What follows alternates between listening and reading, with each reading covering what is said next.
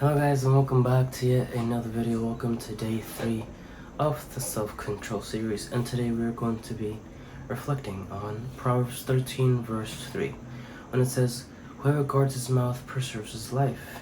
He who opens wide his lips comes to ruin." So how do we understand the scripture? Well, first of all, this book, the book of Proverbs, was written by King Solomon, mostly written by King Solomon. And Solomon was arguably one of the wisest leaders, one of the wisest kings, in all of history, basically.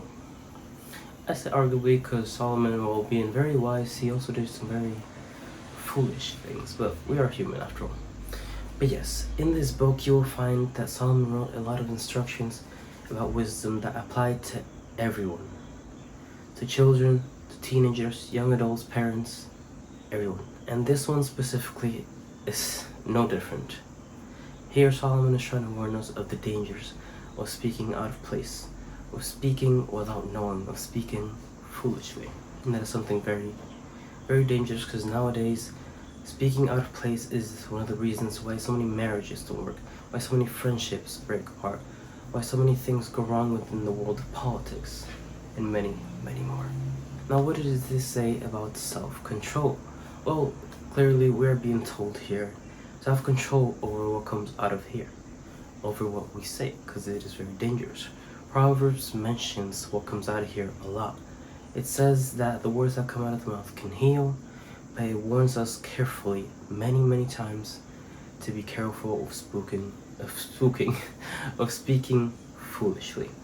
And even Jesus himself warns us about this in Matthew 15 verse 17 to 19, when it says, "Do you not see that whatever goes into the mouth passes into the stomach and is expelled? But what comes out of the mouth proceeds from the heart, and this defiles a person.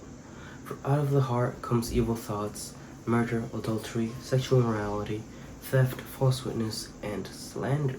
Jesus here is warning us of the danger of speaking out of place, of speaking while harboring negative thoughts and emotions. People who speak way too much and don't know how to control their emotions are some of the most dangerous people in all reality, because words can hurt a lot. Sometimes a word will hurt more than a physical wound.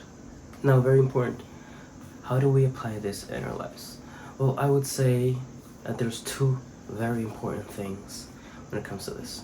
First of all is to get closer to God, obviously, because once we get closer to God, we can acquire self-control more, and we will be walking in the spirit more instead of the flesh. And the flesh is what harbors adultery, theft, greedy, and all those sinful things that Jesus mentions there. And second of all is, well, to listen. Something that is very important for relationships with your parents, friends, spouses, children. It is very important to listen as human beings. Listen to learn, listen to comprehend, listen to understand. Not listen to turn things around for your favor and to manipulate, but to listen in order to understand. Listen to counseling, listen to wisdom, listen to correction, constructive criticism, which is very, very hard for everyone in this world, and that's a reality. I am no stranger to this. Nobody is. We've all received some sort of correction, whether it be by our parents or someone above us. And it's important to listen to correction from someone who's clearly wiser than you, because those who don't listen to correction become ignorant and arrogant.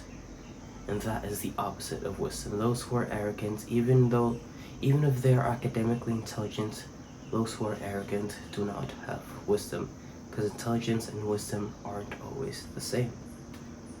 And Proverbs mentions that. Proverbs over and over again mentions the importance of listening, because that's just how important it is for human relations and wisdom, for true wisdom that comes from God. Because after all, the beginning of wisdom is the fear of the Lord, as Proverbs says, and in other books of the Bible too. Apply those two things.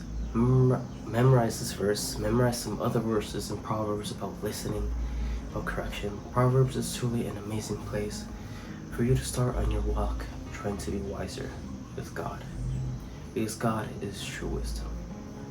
So I hope you all understand what I said today. Yes, I forgot what I was going to say for a second.